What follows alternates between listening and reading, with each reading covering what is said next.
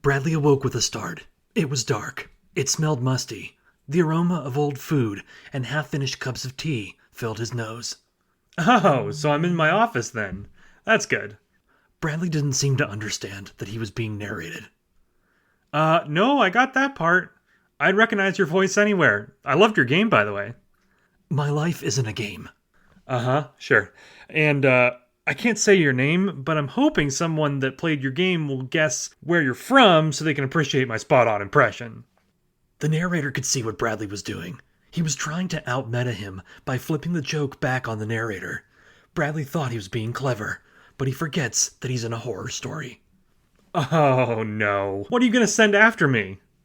Bradley reached out into the darkness for a light switch. He flipped it, and the bulbs above him banished the darkness. Aha! Take that! Bradley thought he was safe. That's when he heard the chainsaw.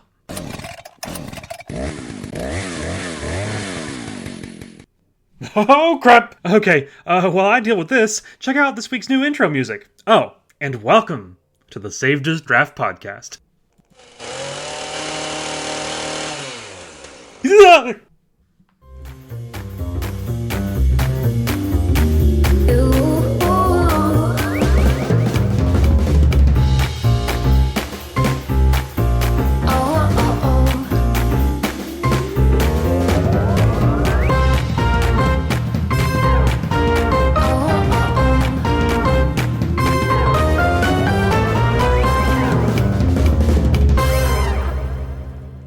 Hello, folks, and welcome to episode 11. If any of you have played Remedy Entertainment's game about a writer whose name rhymes with Bowlin' Cake, then I hope you enjoyed this week's intro. I'm told I do a pretty good impression. Anyway, I hope everyone had a good week. It honestly flew by. It happened so fast that I can't really tell you much about it because I don't really remember a whole lot of it. 1 minute it was Monday, and then next it was Friday, and then the podcast was having to be written and recorded, so here we are. You ever had weeks like that? Doesn't matter. The big goal this week for me, personally, was to try and get tickets to the Sleep Token concert in North Carolina in September. You see, Sarah's a huge fan.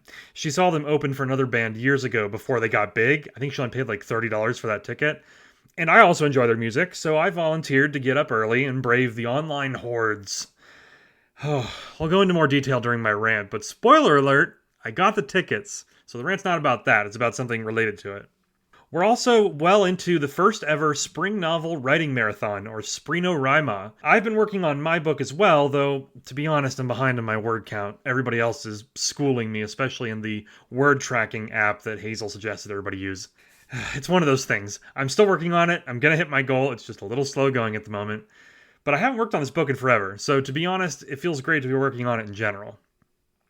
That being said, I did publish a piece on the Spree-No-Rima publication about the characters in my book. I have 6 POVs in my cosmic horror that I'm writing. So if you want to check that out, head on over to there to learn about all of them. And as part of that post, I also asked people to introduce their characters in the comments or do a similar post like it and put a link in the comments as well. Okay, let's see. Other announcements this week. Something did happen that was interesting. One of my stories performed pretty badly for the first time ever, which is crazy, but I kind of wanted to talk about it because it was a learning experience like anything else. It was a horror comedy of mine called Home Sweet Home was the name of it. And it was an early attempt at me doing horror and comedy together in one story. And I'll be honest, it got a little weird and wacky as it went on. There's a scene with a mecha shark, for example. It just kind of felt out of place. I went ahead and published it as is, but what I did was I recorded the audio for it and I tried to score the entire story with music. And I think between that and then just the odd kind of tone shift in the story, it just didn't really come together. It has some good moments, don't get me wrong, I'm proud of it. But I just think that it didn't do very well because, number one, the title's a little generic, and number two, I feel like the narration wasn't quite right with all that extra music. I felt like it ultimately distracted from the story. So, it's a learning experience, it's all good.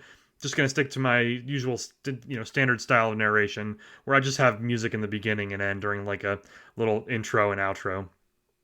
In any case, lesson learned. I went back to my usual style for everything and published all 3 parts of a series called Reaping the Whirlwind this week, which did much better. I also did an article yesterday on the different types of POVs in storytelling, which we'll talk about later in the episode. And that's all I've got in terms of introduction and updates, so without further delay, let's get into the shoutouts for this week. In this segment, I pick 5 stories at random from a weekly thread in my subscriber chat. Now remember, I open that thread every Tuesday for people who want to submit their links, so if you haven't had a story featured on here yet, be sure to share your work in that thread, and I use a random number generator so it's fair, and pick 5 every week. And another thing before we get into this week's shoutouts, I also wanted to take a second to welcome a few friends of mine to Substack. I've been attending a weekly writers group on Discord for a few weeks now, and this past week I worked with a Substack writer you may have heard of named Wild K Nebula, who's also in the writing group. And she and I helped the other members set up brand new Substacks and publications this week. So what I'd love is if you guys wanted to check out their stuff, go to the show notes after you're done listening, and you'll find links to each of their profiles and publications. They just got started. Some of them have already posted their first kind of introduction. Others are still setting up. But do me a favor, check them out. And if you like what you see, go ahead and give them a subscribe because they just started out and I would love to give them a warm welcome. All right, and with all that out of the way, on to our 5 stories for the week. First up is The Heart of Connection by Kristen Rosenbach. Now, I've been a fan of Kristen's work since I joined Substack, but it's been a while since I've read one of her pieces. Not because I haven't wanted to, it's just one of those things where I've been reading a lot less than I'd like lately, in general. That being said, coming back to Kristen's work was like getting a warm hug from an old friend. The story begins with the main character and her dog Shadow feeling out of sorts, which really resonated with me after this week. And as the story goes on, it teaches us an incredible lesson about the nature of connection, specifically how connections to each other and the world around us change based on how we're feeling internally. Consider this quote from Kristen's story. "This forest has never been broken or fragmented, except in our perception. Our task as stewards isn't to repair what isn't damaged, but to achieve the inner congruence that allows us to recognize and participate in the wholeness that has always been." In short, the story is saying that we don't lose connections. Instead, we lose our ability to perceive them because we ourselves are out of alignment. It's absolutely brilliant. And the story was honestly so good that it kind of healed a piece of me that was hurting after this week. So, suffice to say, I loved it. Next up is The Mirror by Will Soto. This is an absolutely chilling horror story that establishes a thick and believable atmosphere from minute 1. Will's writing does a great job of building tension and dread as the story switches between 2 perspectives. It takes place during what is believed to be a home invasion, but it's all done with this slow burn sort of style that had me on the edge of my seat the entire time. And I don't want to give anything away because it has some pretty damn good twists and turns. But let me tell you, you should really check it out. And here's a fun fact. Will is the host of the Red Treehouse podcast, which just celebrated its 150th episode. As someone who's recording episode 11 of my show, I can't imagine being 150 episodes in. Will's podcast features narrated horror stories, so if you're keen on checking out The Mirror, you can also listen to him reading it on his show. Check the show notes for a link to both the Substack version of this story, as well as the audio version on Spotify. Now, pro tip, I recommend reading along on Substack while you listen to the podcast on Spotify. It makes for a very intense experience. Will goes all out with the narration, and honestly, I'm super impressed with the sound effects, with the music, everything. It's great. Third this week is Blue News Lab F Never Existed by Ember. This was a fun and engaging read. The most interesting part is how it's part of a larger world that Ember and their wife are building.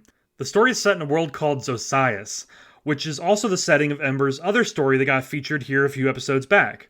In this story, we get a glimpse into the fictional world's newspaper, and this story discusses the mysterious Lab F that supposedly never existed. However, despite the fact that the author of the piece is very much certain that it didn't exist, they also mention a bunch of strange inconsistencies that would imply that it did. I chuckled at how the writing here manages to capture the frustration of trying to prove a point, despite the fact that it seems like all laws of magic and science in this world are speaking against it. The ending in particular is hilarious. So check this one out, and if you're like me, it's going to lead you to dive deeper into this extremely fascinating world Ember is building.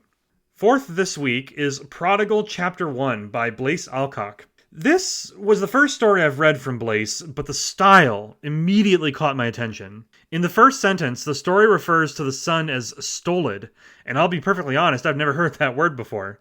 It means dependable, so it certainly fits, but that moment just set the stage for what would be a truly fascinating story. The actual events of the story are easy to follow, but the way that it's written is incredibly unique and full of great imagery. At one point, a pair of eyes are referred to as wet coals, which I thought was really effective. This is apparently chapter 1 as well, so I'm totally invested to see where this goes. The unique writing voice alone has my full attention. Our final shout out this week is Gen AI Part 23 by Novaheart. Novaheart has been a supporter of mine for some time now, so I'm excited that I get a chance to finally check out this series they've been doing for a while. As you can see, we're on chapter 23 after all. I decided to check out the latest chapter and then head back to part 1 so I could read the beginning. The first thing I noticed is that Novaheart's writing has extremely good pacing. The story moves at a nice steady clip and the dialogue is punchy as well. It grabs your attention and it pulls you right into its currents. The storyline's incredibly intriguing as well. Part 3 has us out in the salt flats and seems to be hinting at some larger mysteries that are now becoming unraveled at that point in the story, which I won't spoil here. But I went back to the beginning of the story, and it all seems to start around this world-ending asteroid's about to hit the Earth, and part 1 left me on this absolutely killer cliffhanger. So, I gotta get caught up now. I'm invested. Let's go. I'm also really impressed with Novaheart's work, and I guarantee you if you start reading it as well, you're not going to be able to stop either. The nice thing is that these are bite-sized chapters that don't waste a single word, so it makes for a very well-paced and engaging story. And that's it for this week's shoutouts. Some truly amazing stories this week. So don't forget, every Tuesday in my subscriber chat, I drop a podcast thread that allows you to have the chance to be featured. You'll find it in the subscriber chat of my Substack, and it always has the podcast logo image on there, so it should be easy to find. And remember, I pick 5 at random every week. All right, next up is This Week on Substack, where we talk about the top 3 stories that I published and kind of a little bit of background of each one. So let's get started. Number 1 this week at 489 views is actually last week's episode of this podcast. This show continues to get lots of views and downloads, which I really appreciate. It takes a lot of time and effort to put it together each week, but seeing how much people enjoy it keeps me energized and excited to keep improving and evolving the show as we go on. And who knows, maybe I'll make it 150 episodes like Will over at the Red Treehouse podcast. Coming in at second with 423 views was my 3-part horror series, Reaping the Whirlwind. If you haven't checked out this series yet, it's a pretty cool concept that came about from a single word prompt. The prompt for the very first story in the series was storm. And if you've read it, you'll understand why it came from that. Basically, I saw that word and I said, okay, well, I'm a cosmic horror writer, so what would a supernatural storm look like? In part 1, we join a news broadcast as the weatherman discusses what to expect and how to take shelter from this storm. I really enjoyed writing Reaping the Whirlwind, but I didn't do much with that first story afterward until about a year later, at which point I came back and wrote parts 2 and 3 with the idea that I could show the storm playing out from 2 other perspectives to give it a nice global feel. The version I published on Substack this week also includes full narration with sound effects and music, so if you like audio stories, I'm told this one turned out pretty good. Coming in third this week is my latest article on writing at 365 views. As of this writing, it's gone up since then. I decided to talk about choosing a POV for your story, and I discussed the way that you can incorporate multiple POVs like I do sometimes, if you so choose. We'll get into some tips from that article in our next segment. And that's it for this week's top performers. As I mentioned earlier, my story Home Sweet Home didn't do too well, but I'm always glad to learn from situations like that, so don't feel like you need to rush out and read it. I just thought it was an interesting thing to mention. Not only is that story a little bit older, but as I said, I leaned a little too heavily on the absurd when it comes to it, so I understand why it didn't work as well. And I know that my horror comedy stories have gotten better simply because of the fact that the ones that I did in Flash Fiction February did just fine. So, again, not worried about it, but it's a learning experience. Next up is our weekly writing tips. And in this segment, we'll be talking about how to choose a point of view, or POV, for your story. I'll be reading a segment from my article on the topic from yesterday, so if you like what you hear, check out the full article on my Substack for details, as well as some additional insights into the types of POVs you can use that are featured in that article as well. So when it comes to points of view, or POVs, some writers will tell you that they just prefer writing in one POV regardless of the story, and that's totally fine. If you're most comfortable with first person, then just rock that. If you'd rather be in third person all the time, that's cool too. Now, some people will tell you that certain POVs, like third person, are easier to sell or pitch if you're trying to get your book in front of literary agents or a traditional publisher. And there may be some truth to that. I'm not saying there isn't, but my philosophy has always been that you should just write in whatever POV you want and whatever you think is best for the story. So, next time you come up with an idea and you're trying to decide if you want to do first person, second person, third person, or as you'll find out in my article, there's technically such a thing as fourth person. When you're trying to decide, here's some tips on how to go about that process. Number 1, write a few versions of the same scene. You could start by choosing a scene or a couple of paragraphs and try writing it over and over again in different POVs, back to back. Think of it like the writer's version of test driving the story before you decide to close the deal and commit to a specific POV. Number 2 is consider the goal of the story. Is the story about one person's journey, or is it about a group of people? Will the internal thoughts of any one character play a major role? Asking yourself questions like these will help you figure out the scope of the tale, ultimately making it easier to decide which POV is the best vessel for your story to inhabit. Number 3 is trust your instincts. Think back to when you first got the idea for the story. When you imagine those scenes playing out in your head, because I know you did, all writers do that, what did they look like? Were you focused in on one person? Were you jumping between perspectives? More often than not, when you're kind of brainstorming the idea, you're already thinking about how the story plays out. So this is another great way to just kind of decide right then and there which POV works best. And in my advice, just don't overcomplicate it. Number 4 is ask your audience. Your readers may have a preference for which POV they like to read, so ask them. Try posting a poll or writing a note here on Substack and ask people to weigh in with their favorite POVs that they like reading or writing. Once you have a consensus among your followers and subscribers, you'll know what's going to work best for your audience. And number 5 is when in doubt, read it out. Loud, that is. Reading your work out loud offers a fast track to figuring out a lot of things about your story. It can help you catch typos, awkward dialogue, and all manner of other things. It can also help you decide on the right POV, too.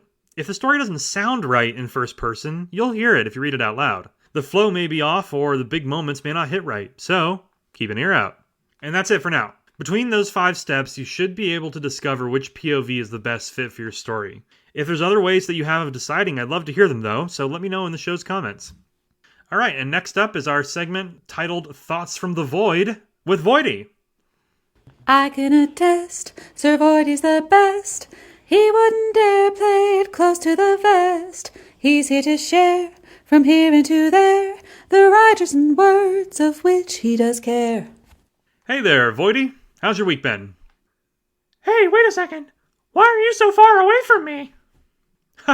No reason. Just practicing social distancing, that's all. Hey, it's because you fell into me last week, isn't it? What? No. Don't lie to me, Bradley. I may be an infinitely large span of empty space, but my head isn't empty. Huh? It means I'm not an idiot. Oh, okay, alright, yeah, sure. You're fine, you're right. I'll sit closer. Okay, see? There we go. Alright, now what's on your mind? There's nothing on my mind. I'm a void. Right, but you just said your head's not empty. I'm a void, Bradley. What else would it be filled with except the existential dread that only the absence of light could provide? Well, now you mention it, you have a point. Anyway, if that's all you needed, I've got some shouts to get back to. Wait a second. We didn't even... Actually, you know what? I didn't fall into this time, so we'll call that a win. I'll see you next week. I can attest, Sir Voidy's the best. He wouldn't dare play it close to the vest. He's here to share, from here into there, the writers and words of which he does care. Alright, and next up we have our Substack Soapbox Rant, and this week I've got a pretty good one. Before I start, I have a question. Does anyone get filled with unreasonable levels of rage when I mention the name Ticketmaster, or perhaps the term scalpers? I'm guessing the answer is yes. And if that's the case, I think you'll find this rant to be extra satisfying. You see, this week, my girlfriend Sarah asked me to help try and get some tickets to Sleep Token in December. Or September, sorry. If you're not aware, Sleep Token is a band that's become insanely popular in recent years because they blew up all over TikTok and pretty much everywhere else as well. Between them and Bad Omens, there's a whole subset of TikTok dedicated to shall we say, enthusiastic fans. But that's not what this rant is about.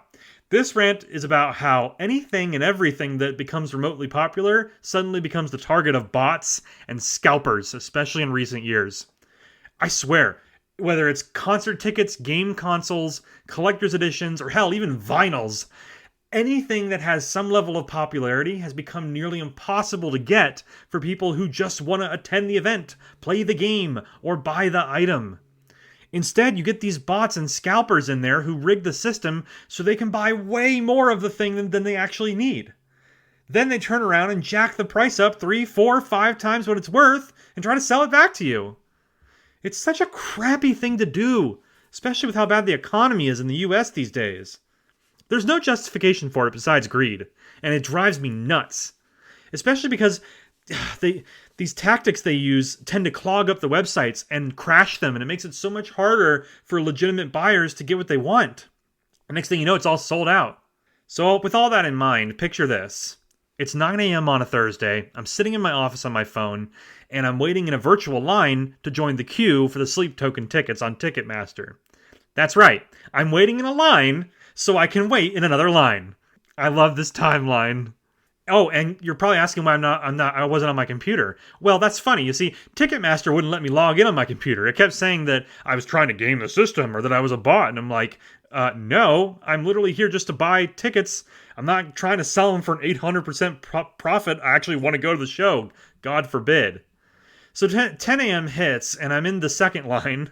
And I kid you not, dear listeners, I was 10,000th in line. I looked up the venue and it can only hold like 25,000 people. So here's the thing. At best, half of it was going to be gone by the time I got there. Anyway, I waited and I waited and I finally got in. And as soon as I get in, a countdown starts. 7 minutes to pick my tickets and get out. Amazing. What a great experience. So I start clicking on the sections that Sarah asked me about and it's sold out, sold out, sold out. Then the website froze. Okay, it starts working again. And then I started clicking and it's sold out, sold out. But then I find some seats. And hey, guess what? The tickets are only $150 a piece. I was thinking they'd be twice that much. So I put 2 in my cart and I go to checkout and boom, you guessed it. I get a message about how I'm a dirty, rotten bot and that I can get out. So next thing I did was take a deep breath, resisted the urge to crush my phone in my hands, and I reloaded the page. And I also turned off my phone's Wi-Fi, apparently, because Ticketmaster has this beef with my IP address, I guess. I have no idea. But to be fair, I also have beef with my internet provider. So anyway, that's a topic for another rant. Miraculously, I didn't get kicked out. It reloaded the page, I clicked on the section again, and my cart was empty, so I had to put the tickets back in. And guess what? They were $300 now. Uh-huh. At this point, I didn't care. I'd been through hell, and I wasn't about to get out without my metaphorical t-shirt. So I put the $300 tickets in my cart, I got hit with insane fees, and boom, I checked out. Now, here's the thing. Was that an insane price for concert tickets? Yes. But the other tickets in the same section, just going through that list, were starting to hit $500 and $600 per ticket. So, if you look at it that way, I kind of got a deal. They had like some kind of surge pricing or something. I don't know, but it was bad. And as the day went on, I kept hearing more and more horror stories about bad experiences on Ticketmaster and people not being able to get tickets who actually wanted to go. And I kept asking myself, why do companies like Ticketmaster just not, like, why are they not prepared for demand like this when they know it's going to be bad?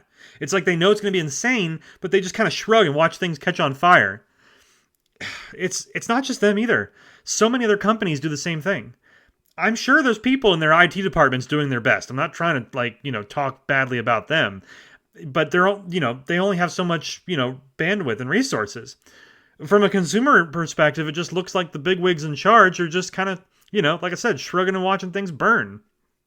It's insane to me that companies keep getting away with this too. I mean, they get their money regardless, I guess, but at some point, people are going to stop buying stuff if they're just going to get beaten by scalpers every time. And I realize that I'm part of the problem because I show up every time trying to muscle my way through the scalpers to get something. But that's because I'm actually there to buy the thing. I'm not trying to scalp anybody or, screw anybody over. And, I do these things knowing full well that the second I walk in, it's going to be full on Mad Max. And at this point, I'm just thinking maybe if I show up shirtless and spraying chrome on my face, that I'll scare the scalpers away. I don't know. At this point, I'm willing to try anything. And that concludes this week's rant. Our final section here for episode 11 is next week on Substack. In this final section of the podcast, we'll talk about what's coming up next week and what I'm hoping to accomplish. And so let's see here. I know I said last week that I was going to get back into Devine stories, my sci-fi fantasy realm. And I'm sorry that I definitely didn't do that.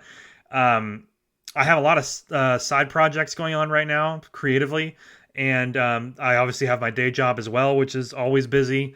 So finding time to squeeze in projects like that has been increasingly difficult. But that being said, one of the side projects that I haven't been able to talk about yet will soon be something that I can talk about, and I think you're all going to be really excited, and I hope you check it out. But again, I can't share details just yet, so stay tuned.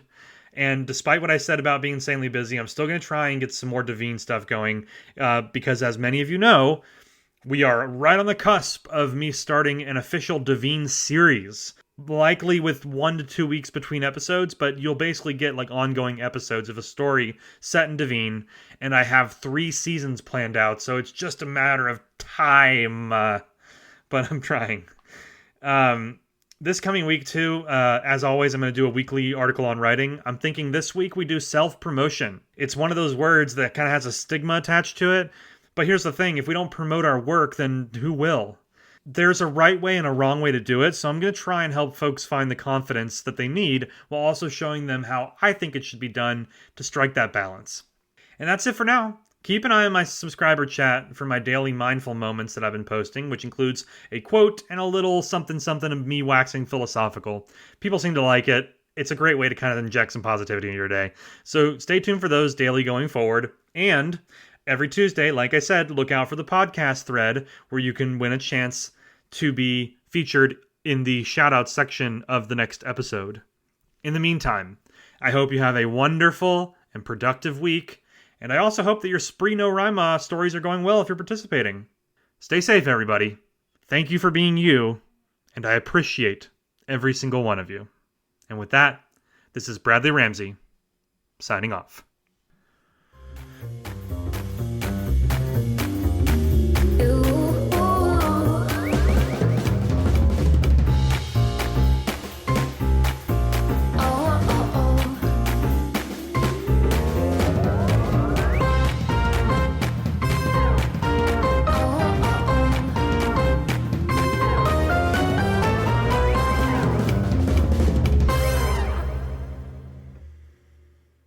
Okay, I think he finally left. Now I can steal his podcast stuff and start my own show. Hey, Voidy, what are you doing? Ah!